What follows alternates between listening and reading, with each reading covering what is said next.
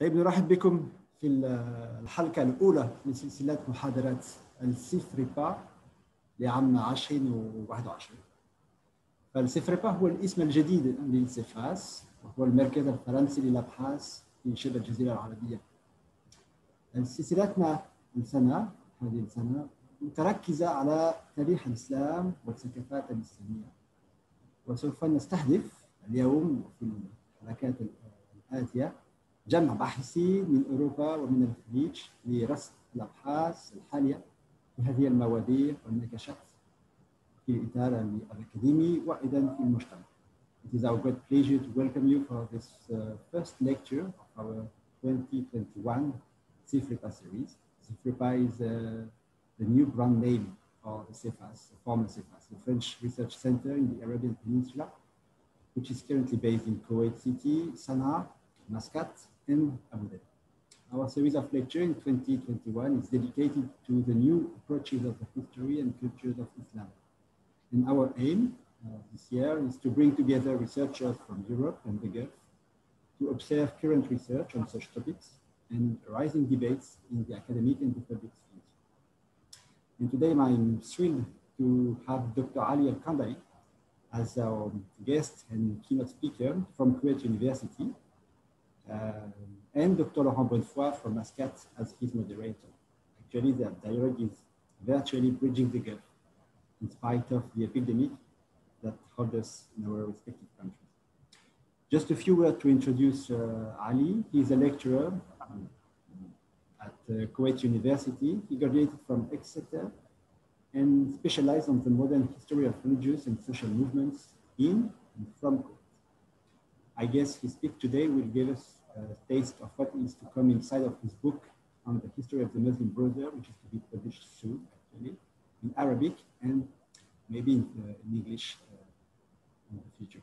Laurent Bonnefoy is a researcher in political sciences at the CEFREPA. He is currently based in Muscat. He's a specialist of modern religious and political movements in Yemen and in the Arabian Peninsula. He has published, among other articles and books, Salafism in Yemen, Transnationalism and Religious Identity in London in 2011. This lecture will be recorded, and the recording will be posted on the CEFREPA YouTube channel. That's why before I gave the virtual floor to Laurent and Ali, I urge you to use the Zoom conversation window for Q&A. We will open your microphones by order of inscription in this window once Ali will give us his lecture. Thank you, and I give you the floor.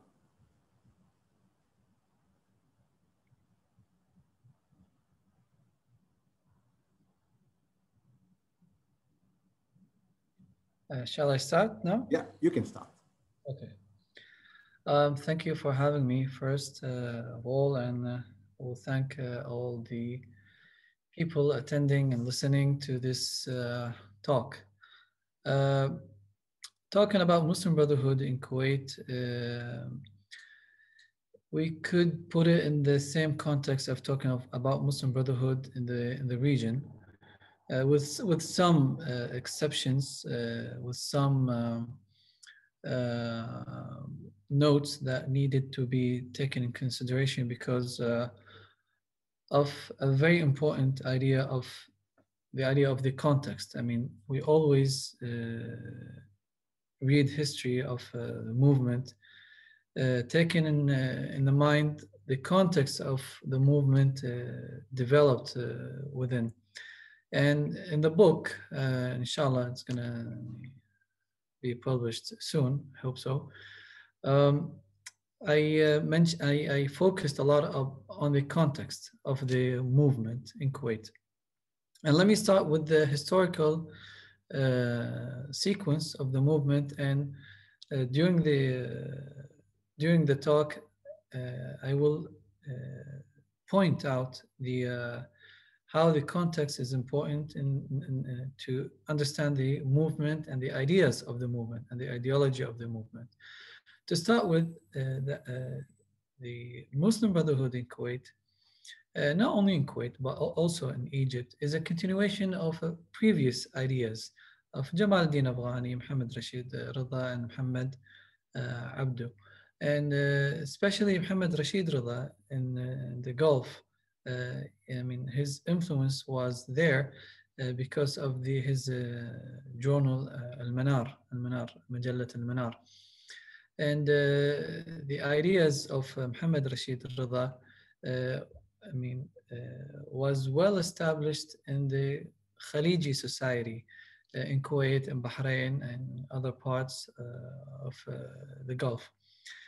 So we're not talking, when we talk about the Muslim Brotherhood in Kuwait, we're talking about a continuation of ideas. The new thing that came in the 40s is the organization. So, I mean, even Hassan al-Banna himself, his ideas was mainly taken from Muhammad Rashid Rida because he was working on Al-Manar. He was an editor, a chief editor in Al-Manar magazine. So Hassan al-Banna also was, was influenced by Muhammad Rashid Rida. So when we read the history of Kuwait, the 20s, 30s, 40s, we will see the imprint of Rashid Rida and his ideas, the reformist ideas, the revival, the Islamic revival ideas of Rashid Rida. It is there. So when Abdul Aziz Al-Ali Al-Mutawwa, a prominent figure, he was a merchant, a big merchant in Kuwait, and he had this this background of Islamic revivalist ideas because of his relationship with the Sheikh Yusuf bin Isa Al-Qina'i. They are both from the same family as Al-Qina'at family or Al-Jina'at family. Yusuf bin Isa, he was a figure, a revivalist figure in Kuwait in the 1920s, 1930s, 40s, 60s, till his death late in the 70s. So, so Abdulaziz Al-Ali Mutawwa, he was a merchant with an Islamic background. When he used to travel to Iraq and to Egypt, he met with some Muslim brothers in Iraq, and they directed him later on to meet with other Muslim brothers, and day after day, and he got influenced by them, and he believed in the ideas of Muslim Brotherhood. Mid 1940s, he traveled to Egypt and he met Hassan al-Banna, and he met him once and twice, more than one time, and even he spent about 20 days in Ramadan, and he had the al-i'tikaf. I'tikaf is like in Ramadan, the last 10 days. Usually, I mean, Muslim practitioners, I mean, they stay in i'tikaf in the mosque for 10 days. They just, sit and for worship. And so he had this i'tikaf with the Muslim Brotherhood in Egypt. So he absorbed not just the ideas, he absorbed the experience, the ideas, the feelings, the soul of the Muslim Brotherhood in Egypt. And then he decided with some other people in coordination with even Hassan al-Banna and Muslim Brotherhood in Egypt to bring the idea and the organization to Kuwait. When he came back to Kuwait, and this is very important to understand that, the context. When we talk about the 40s and the 50s in the region,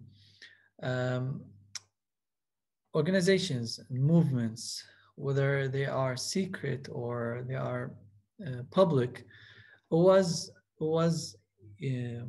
normal to have these kind of organizations.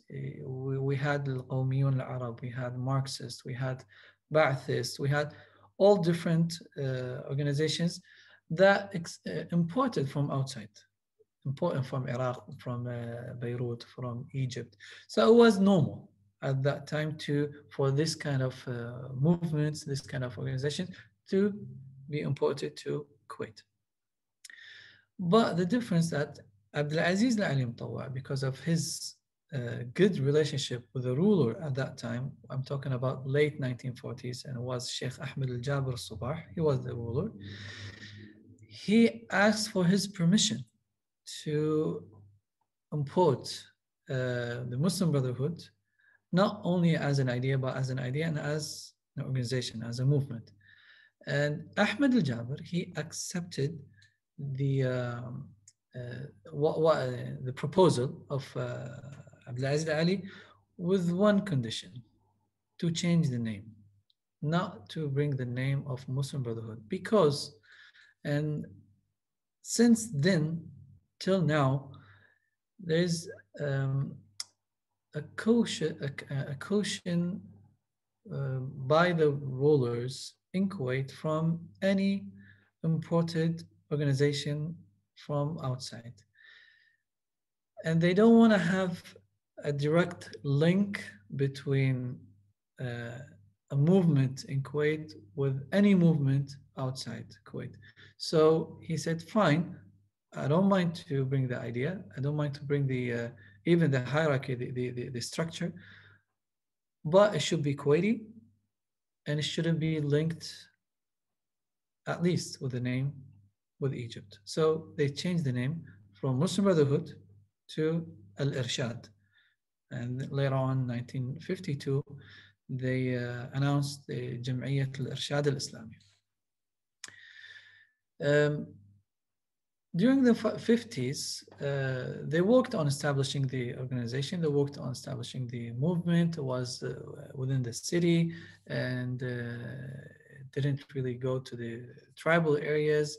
But it didn't flourish for a long time. It didn't last for a long time for two main reasons. One is internal, second is external. The internal there was a clash within the movement between two heads. It was Abdulaziz Al-Ali Mutawwa and Muhammad Al-Atsani. It was mainly because of the power competition between the two figures. But the external factor was more important because 1954, I mean, the clash happened in Egypt between Jamal Abdel Nasser and the Muslim Brotherhood. And this affected negatively Muslim Brotherhood in Kuwait. In 1956 and 57, with the war happened between Egypt and France, England, and Israel on the other side, and Jamal Abdel Nasser, he became the hero and the legend. So Nasserism became so powerful and so influential in not only in Egypt, but in the whole region, including Kuwait. I remember I met one of the members of the Muslim Brotherhood at that time, and I asked him how it used to be. He told me, I mean, I was young, and my relatives, they used to tell me that, I mean, you're good people, but Jamal Abdel Nasser, we trust him, and if there is a prophet after after Muhammad, it would be Jamal Abdel Nasser. So I mean, you can imagine the amount of influence of Nasserism at that time on Muslim Brotherhood in a negative way. So in 1955, 1959, the Irshad was closed with other clubs and societies, was closed because of the clash happened between the Arab nationalists. Was a celebration for the union between Egypt and Syria, and they had a very harsh critique against the rulers. So the ruler decided to close all the societies, and one of them was Jam'iyyat Al-Irshad Al-Islami. So it died like this in a quiet way for internal and external problems. between 1955, between 1959 all the way till 1968 was a period of a cut. I mean, there was no Muslim Brotherhood at this time. And at this time, the Arab nationalists, they were the stars in politics. They were the stars in society, in culture, in Kuwait. In this period, the society in Kuwait transformed and shifted from a very traditional way where you see the clothes of women was all in total black. I mean, you've seen how it was in Saudi. I mean, Saudi before what's going on now these days, total black. And within few years, you will see young girls with their hair cuts and like the big, different styles. I don't know what they're called, and short skirts and all very, new style that was influenced with the let me say the secular Arab nationalist ideas that came with them. So it was a transformation not only in politics but also in society that happened. We're talking from 1959 all the way till 1968. Why I'm saying 1968? Because the second Muslim Brotherhood organization was established in 1968 post the Naksa, the 1967 war between Egypt and Israel, and was a relief for the Islamists post the Naksa. And the relief became more obvious after the death of Jamal Abdel Nasser in 1970 and the beginning of the era of Sadat, that he started his era with releasing all the Muslim Brotherhood, and when we can say that the Sahwa started after the death of Jamal Abdel Nasser. So in 1968, the new Muslim Brotherhood organization, the new group, came as a reaction to the transformed society in Kuwait. So the goal was different. The goal was more of bringing people back to Islam. And it was more of a religious, social goal, no political goal. They didn't have any political project at that time. You wouldn't see any talk, any words in the discourse, any political words in the discourse of the Muslim Brotherhood, probably until 2005. They entered the elections and the politics in 1981, with the elections of 1981, but even in the representatives of Muslim Brotherhood in the parliament was to protect religion, to protect the customs, to protect the ethics, the Islamic ethics of the society. So we're talking now about the context where the Muslim Brotherhood emerged in 1968. جمعية الإصلاح الاجتماعي, which is it is an Islamic organization, was established in 1963 before the establishment of the organization itself, but was established by some conservative figures, not by the Ikhwan or the Muslim Brotherhood, but later on, Muslim Brotherhood, Ikhwan, they took over this institution, and now it's Jama'at al-Islah, so it is Muslim Brotherhood. So, I mean, this is part of the history. When we read the 70s, which is a bit different than the 80s, and the 90s is a bit different. I mean, yes, we can, I mean, for me, I can divide the periods of the Muslim Brotherhood, even the history of Kuwait, 2 decades. 70s has its own characters, 80s has its own flavor, 90s, the invasion and post-invasion, 2000, the September 11, it is important. I mean, it has its own environment, its own flavor, and then the Arab Spring in 2011.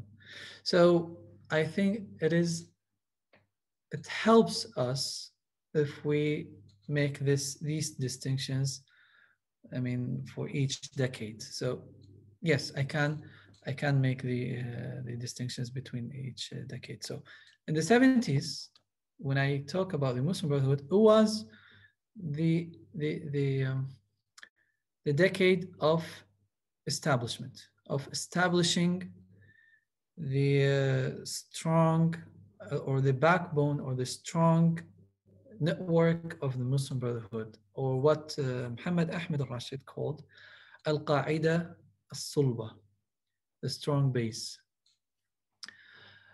In the 50s, the beginning of the Muslim Brotherhood, the first group, the first organization, late 40s, early 50s, was built more on the Egyptian style. The second group was established more on the Iraqi style. And we can tell that Muhammad Ahmed al-Rashid, he was an Iraqi scholar, he was an Iraqi Muslim Brotherhood, and he put the, I don't want to say the philosophy, but I would say the organizational principles and organizational ethics of Muslim Brotherhood.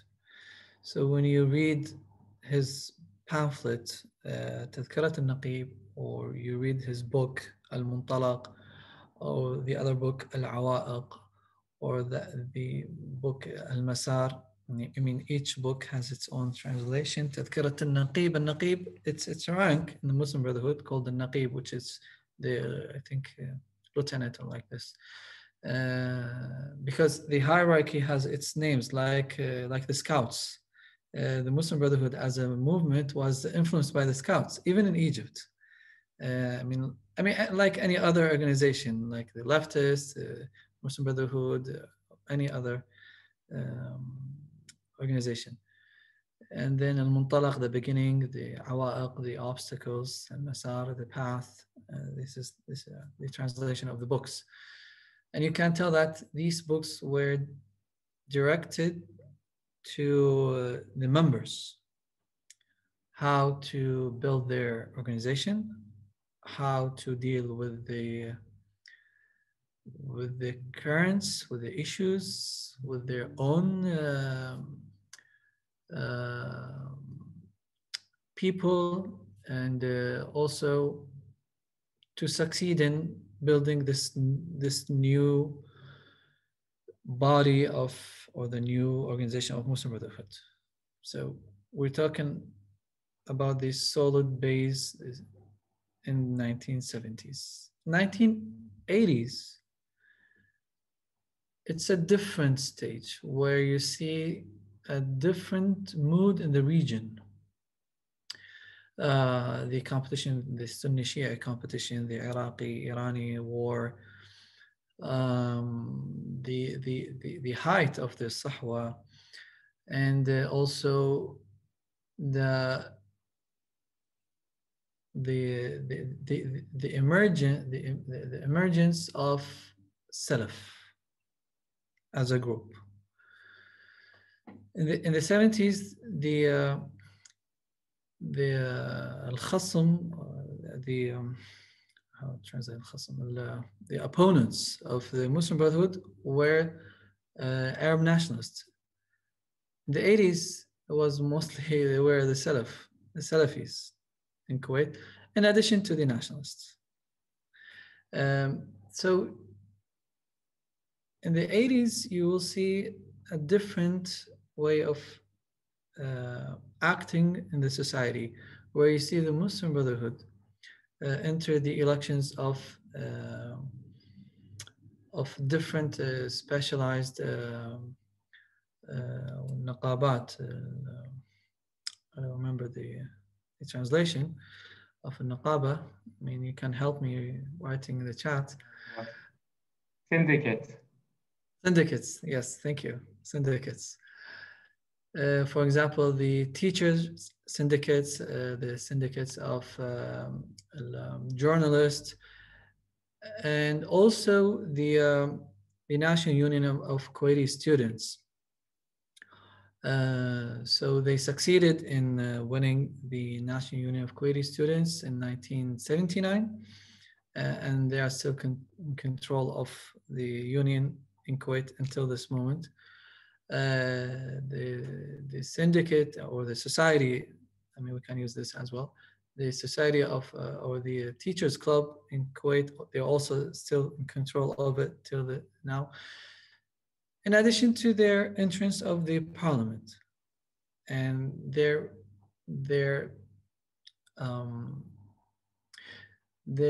action in the parliament towards Islamizing the society.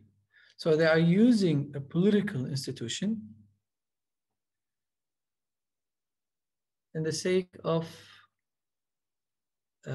implementing Islamic ethics in society.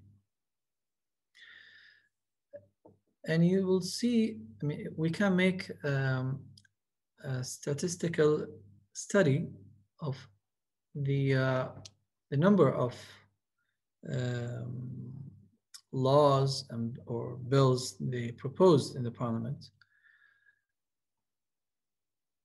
It is very clear that most of the bills they passed in the parliament, they addressed religious issues and ethical issues.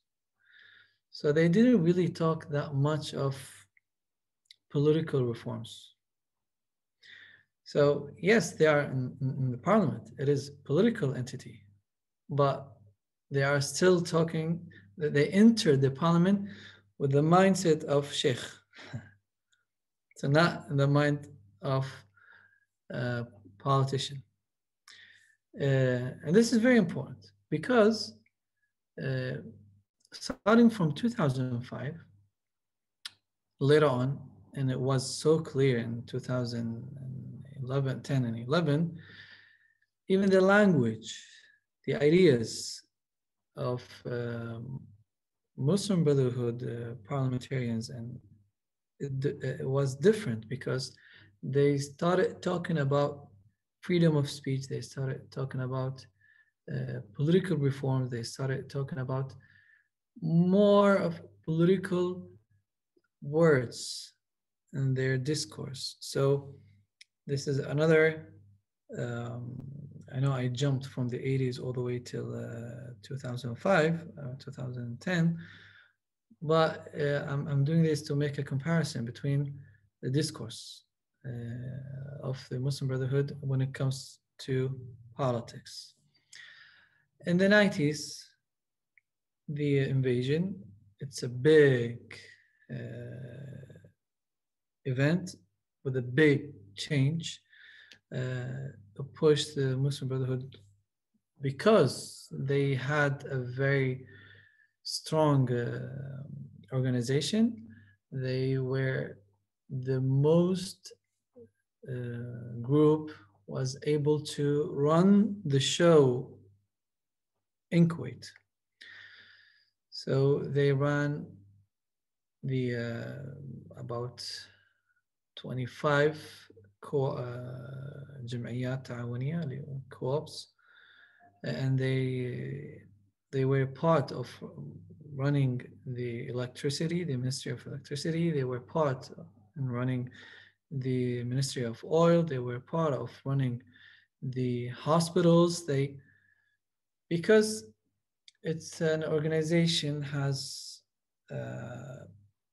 I mean a fair enough a good amount of time. They had a good amount of time to build their own organization since 1968 all the way till 1990. So they have a good number of members, and they are spread all over the country in different sectors: electricity, oil industry, co-ops, social, other social institutions in the country. So they had the ability to run the country under the occupation and to be in touch with the Ta'if government, the Kuwaiti government in exile. It wasn't Ta'if, in Saudi Arabia. And the 7 months of the invasion, they had a good opportunity even to deal more direct with the society, with the Kuwaiti society. And they benefited from this, from the crisis of the invasion 1990, after the liberation of Kuwait.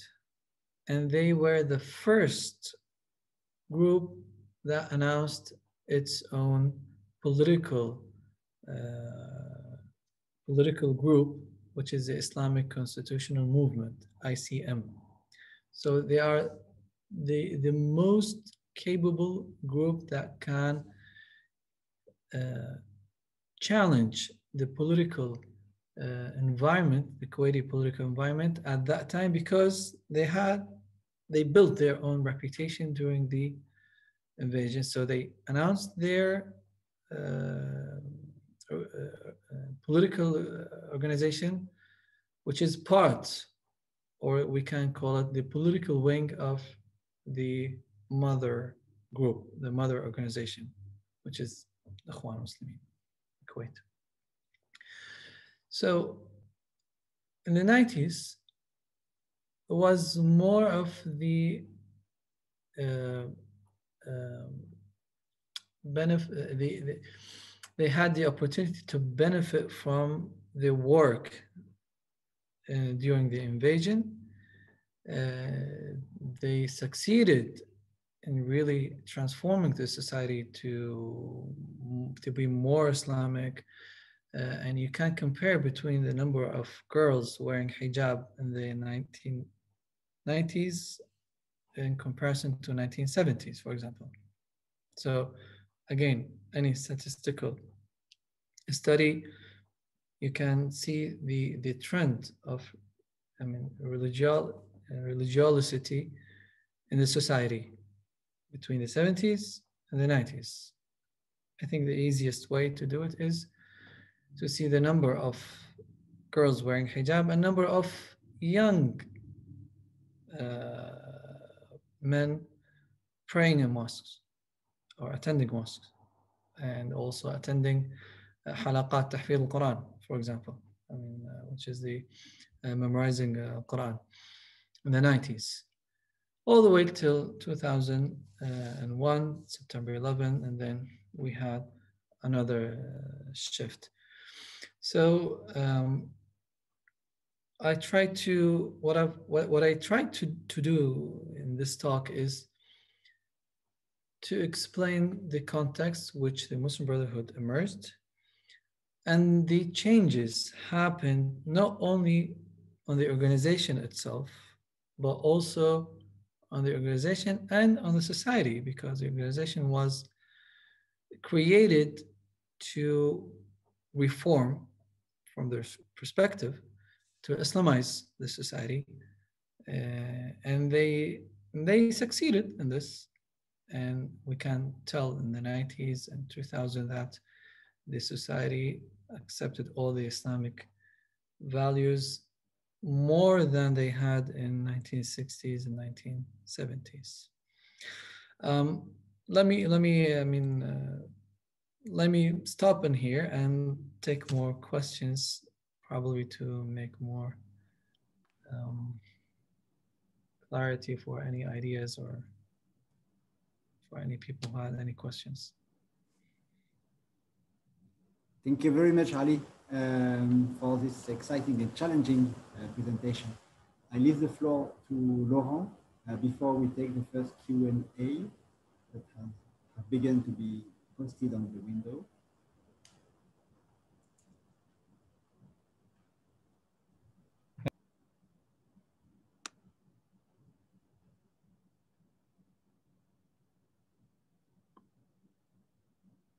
Laurent, we cannot hear your mic, Laurent.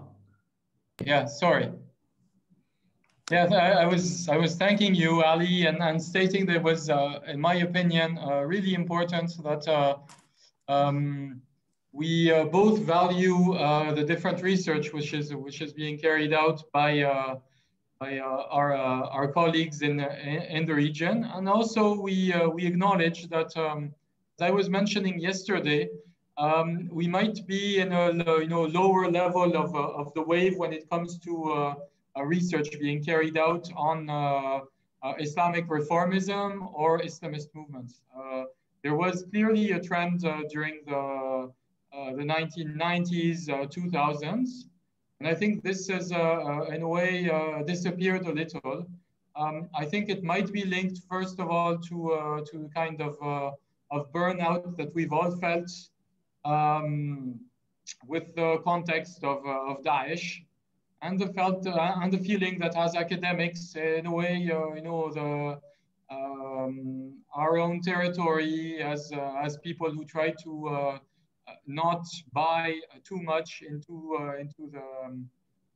the securitization approaches, etc. We were feeling that our territory, our approaches were being, so to speak, colonized by experts who had very unscientific approaches to things. And I think this environment probably generated some kind of a burnout. And it's important that we actually get back to work, because if we don't, then others do, and I'm not really sure they're actually always doing a good work.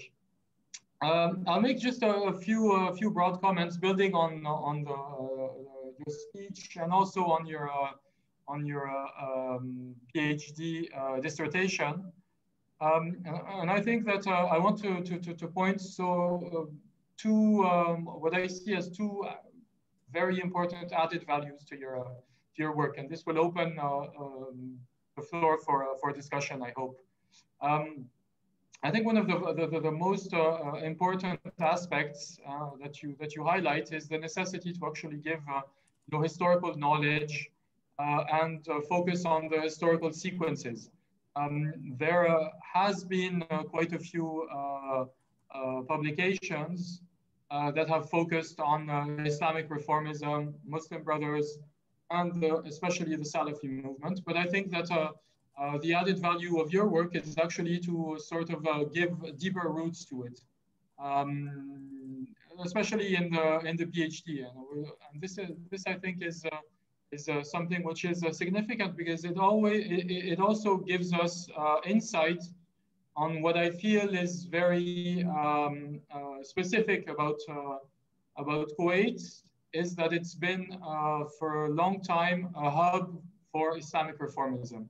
And this is a kind of specificity when you compare it to the other smaller monarchies or emirates in the region. And what's interesting is that by giving a broader historical depth, you start off, and this was very significant in your talk this evening, you start off by showing all that's been imported to Kuwait. When you mentioned Egypt, when you mentioned the Ottomans, when you mentioned also later during the 1970s, you mentioned Iraqi influence. But what's interesting, and that's been my point of view, because I'm not a historian, and I've been asking myself these kinds of questions also,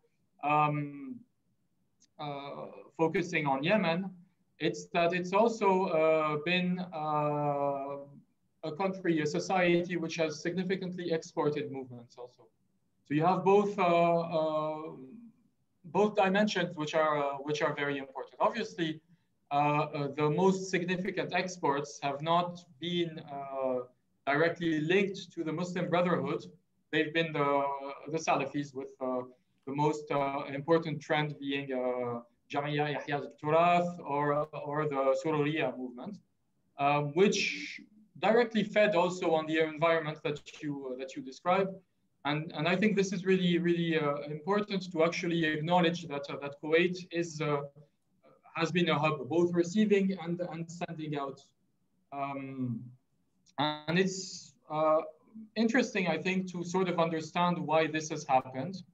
And among the different specificities, when you compare it to other countries in the region, it probably is the fact that it's there has been, over the course of history, there might have been ups and downs, but over the course of history, it's been comparatively more free when it comes to political groups, political debates, religious ones also, than the other states in the region. The second added value, which I feel is very important, is the fact that you tend to, at least very much so in the PhD, tend to focus a lot on the transformation of society, not necessarily on the issues of morality or as you mentioned, the fact that that men go to mosques more frequently, or that women start wearing the hijab, but on other types of trends. And I think that one of them is the economy. It's very significant to actually acknowledge that the main output of this Islamic reformism in Kuwait, and probably more broadly, is linked to, for instance, the banking system, for instance, charity organizations, or also movements like the Scouts, which you mentioned. But these do play a role and show that for a very long period of time, the priority was to actually transform society, and to a large extent, it succeeded in doing that. And it succeeded in doing that without generating a lot of resistance. One of the reasons might be, and like you pointed out, that from the 1980s on, the main competitor for the Muslim Brothers is no longer secularist groups, but it becomes the Salafis. And both of them, while they might not express their objectives in the same way, actually they shared a number of objectives, and one of them being transforming society. One of the different questions or things that I'd like to discuss is this idea that the environment, or the specific environment in Kuwait, actually generated, when it came to Islamic reformist movements, the Muslim Brothers, and then later the Salafis, it generated a form of specific Kuwaiti trend. That Islamist movements in Kuwait had this kind of specificity, which actually attracted interest by other beyond Kuwait. And I would like to know if you feel that the later trends have sort of fostered a kind of normalization. Do you think that that Kuwait, or the actors belonging to that kind of movement, are being normalized? Is this normalization maybe linked to the controversies which emerged in the wake of the Syrian war recently, where there has been obviously some form of stigmatization of these movements due to funding of different movements? Or do you think that Kuwait is still specific, in the fact that it grants comparatively more space for these movements than elsewhere in the region. Thank you. Thank you, Laurent. I'll start with your question and then I'll go on the other questions written in the chat and in the Q&A. I mean, Kuwait is I mean, it has more than one source of influence. Some is internal and some are external. We cannot cut Kuwait from the regional context. You cannot really distinct Kuwaiti actors, that whether they were Islamists, seculars, Islamist Sunnis, Islamist Shi'is, from what's going on in Bahrain, from what's going on in Syria. So there's always an influence. Is there any exceptionalism or any of the Kuwaiti context? Yes, there is.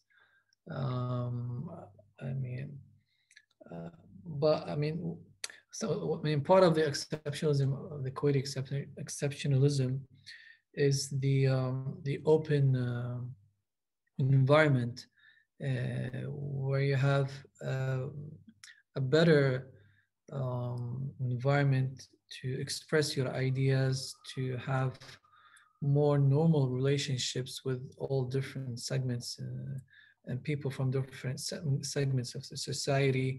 You have the Duwaniya. The Duwaniya is the place where people, they meet each other. I mean, especially for men. Duwaniyas, you have a variety of Duwaniyas that has all different, I mean, members of different segments of the society. So this is part of the exceptionalism that alleviate the tension that could happen or import from outside. And this is not related just about to Islamists. So it's a more of a general phenomena that happens in Kuwait. So I cannot just relate it to Islamists or to any actors or activists in Kuwait. And thank you for the comments. I'll go on the questions. I mean, addressed by some friends and colleagues. Talal Rashid, he's asking about the 1940s. It was more of a difficult time when the ruler of Kuwait, Sheikh Ahmed Al-Jaber, he forbade any kind of organization or activism of societies, and why he accepted the Muslim Brotherhood. He accepted Muslim Brotherhood because of the good relationship between Abdul Aziz Al-Ali Al-Mutawwa and Yusuf bin Isa Al-Qina'i with the ruler himself. I mean, if you dig deep on the history of the what happened in 1938, I mean, this is more of a Kuwaiti history. Relationship between Yusuf bin Isa and the ruler Ahmed Al-Jaber was good. So this is why he accepted, and why they delayed the establishment of Al-Irshad until 1952. I think because of the law was Sheikh Abdullah Salam. He issued a law, I mean, or he allowed for establishing societies and organizations. I think it was 1951 when all different groups, they established their organizations at the same time, at the same period, 1951, 1952, most of them. So this is a quick answer to my colleague, Talal Rashid. Ali, we also have a question from Omar Abdel Jader. Yeah, I'm going on them one by one. Okay. Omar, if you want to open your micro, you can ask your question.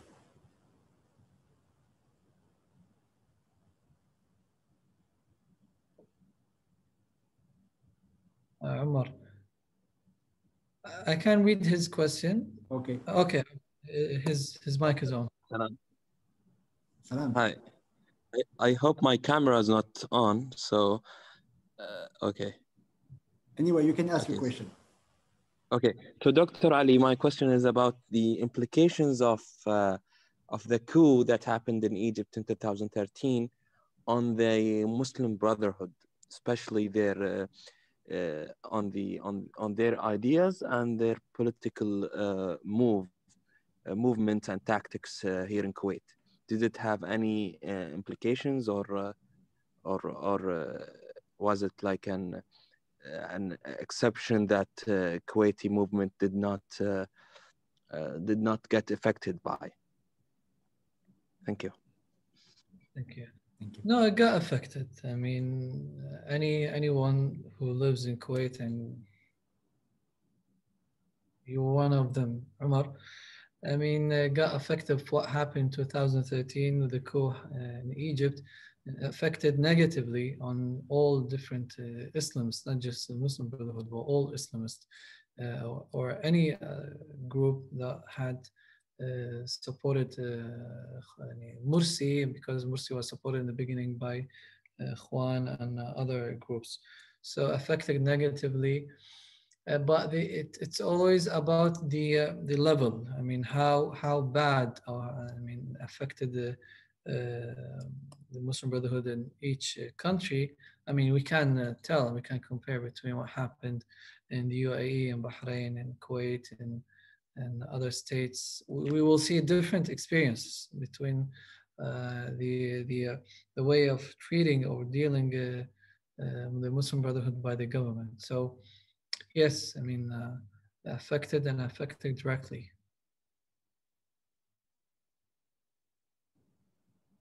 Shall I continue reading the questions? Yeah, you have 4 questions waiting for your answer. Inshallah.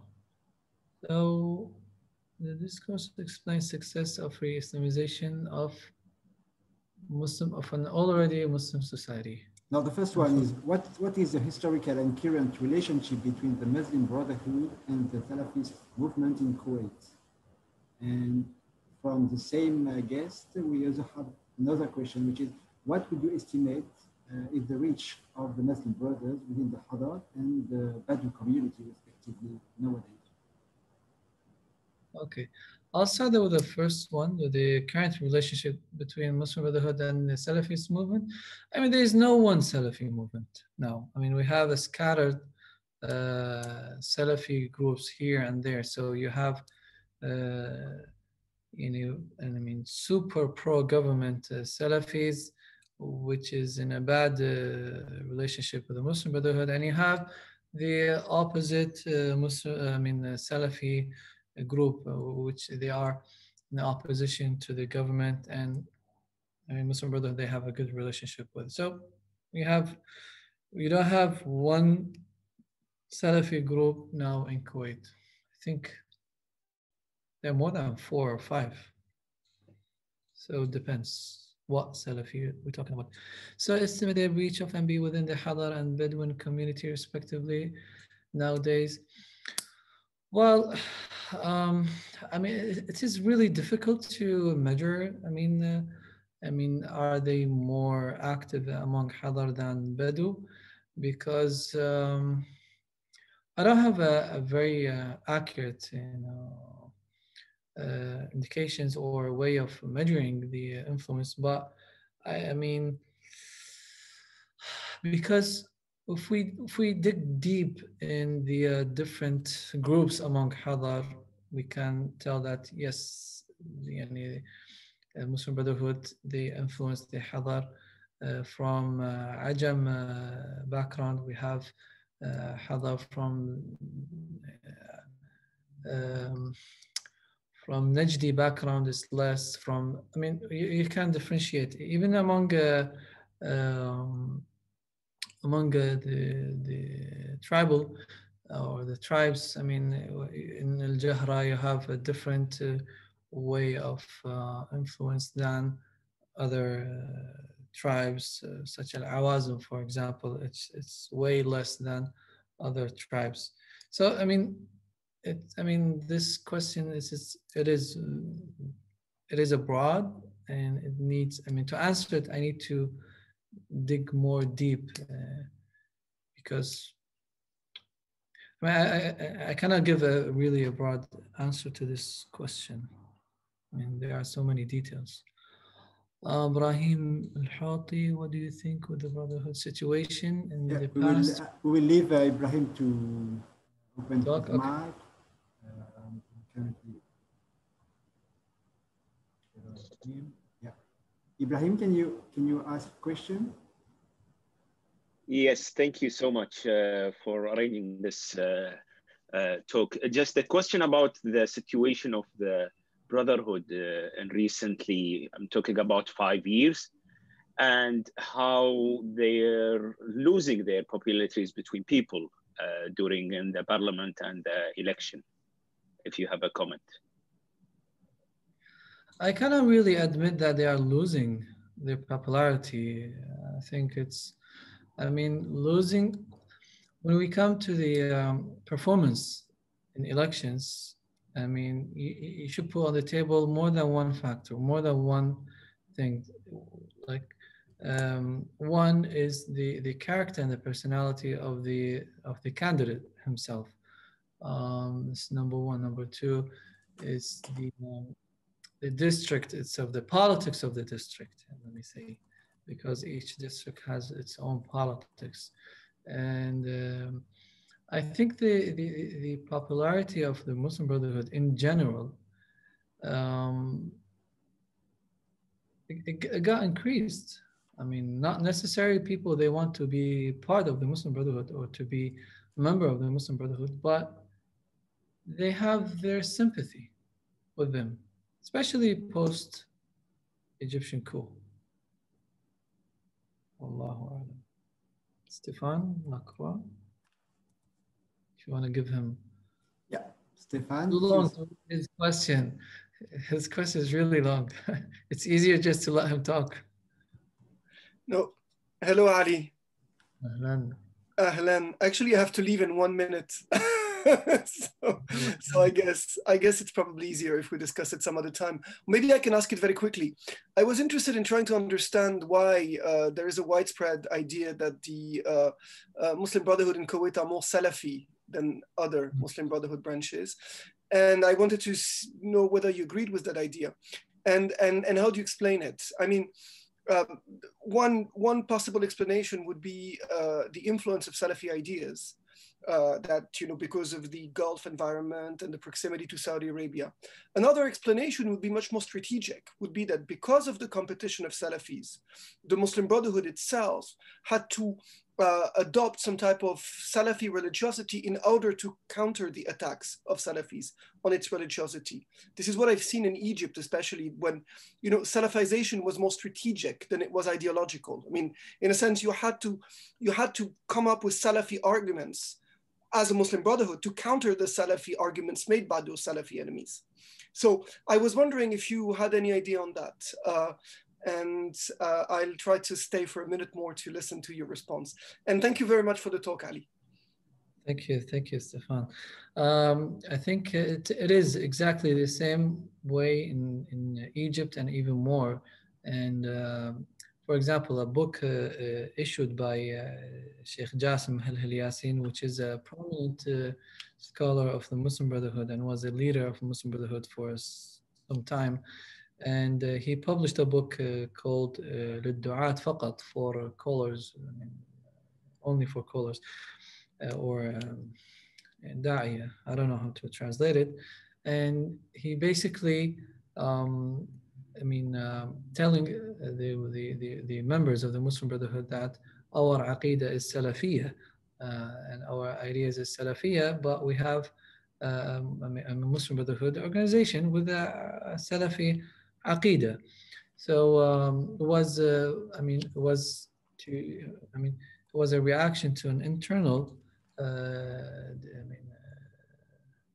discourse in the 80s. In the 80s, I mean, you can't tell the competition between Muslim Brotherhood and the Salafis about the aqidah issues.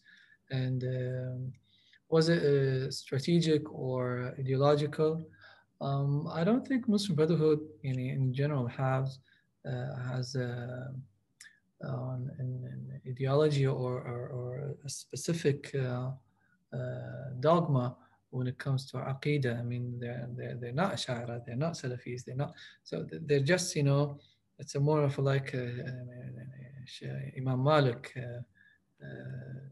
سكوت يعني هم يعني مفوضة يعني it's a long debatable concept. I mean, when we come to Imam Malik concept of Aqidah. Anyway, I mean, it's not. I mean, we don't have time to discuss it here. Probably in another place and time. But I think it is true. It is more of a strategic, or let me say, it is a way to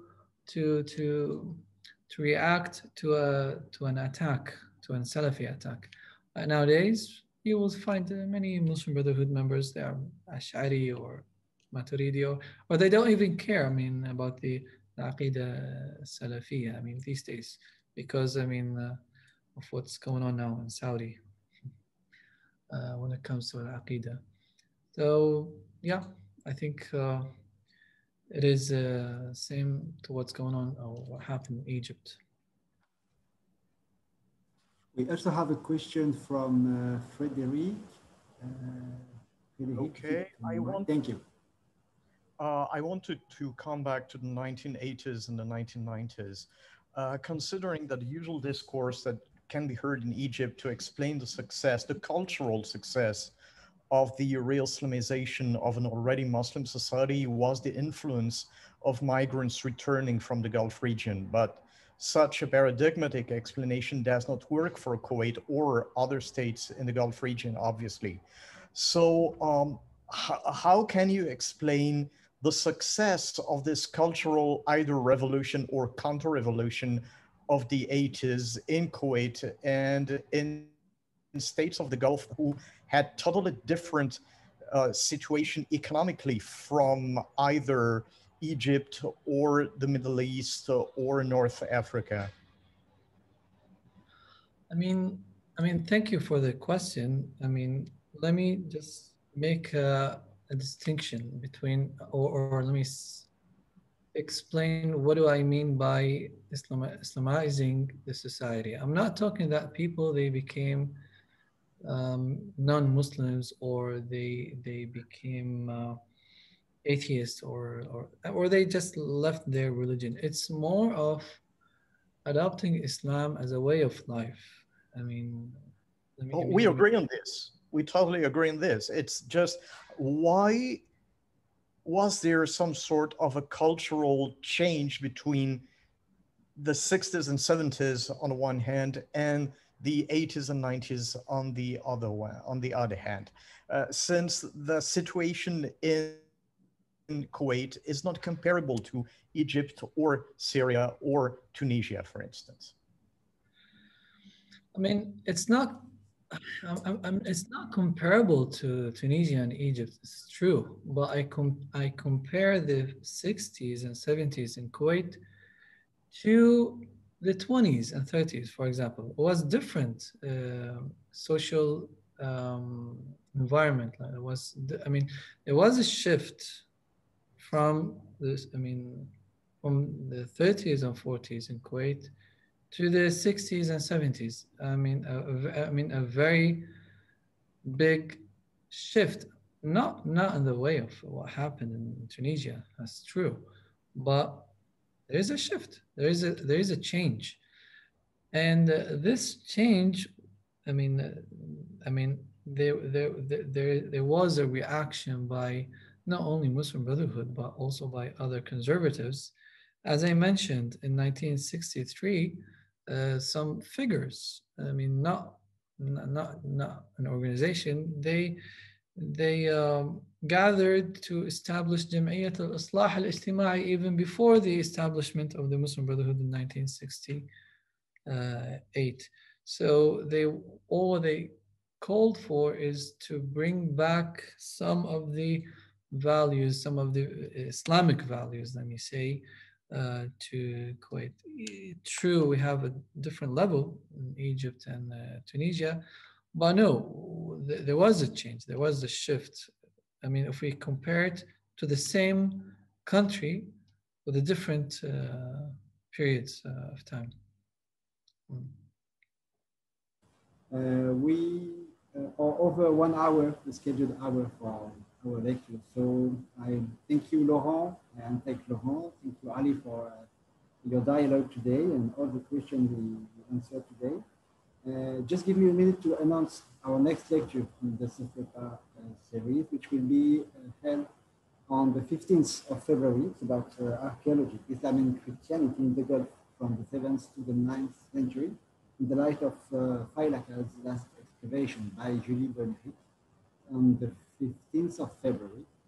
And again, thank you very much, Ali, for this wonderful lecture, and thank you, Laurent, for all your comments today. Thank you, everybody, and see you on the 15th.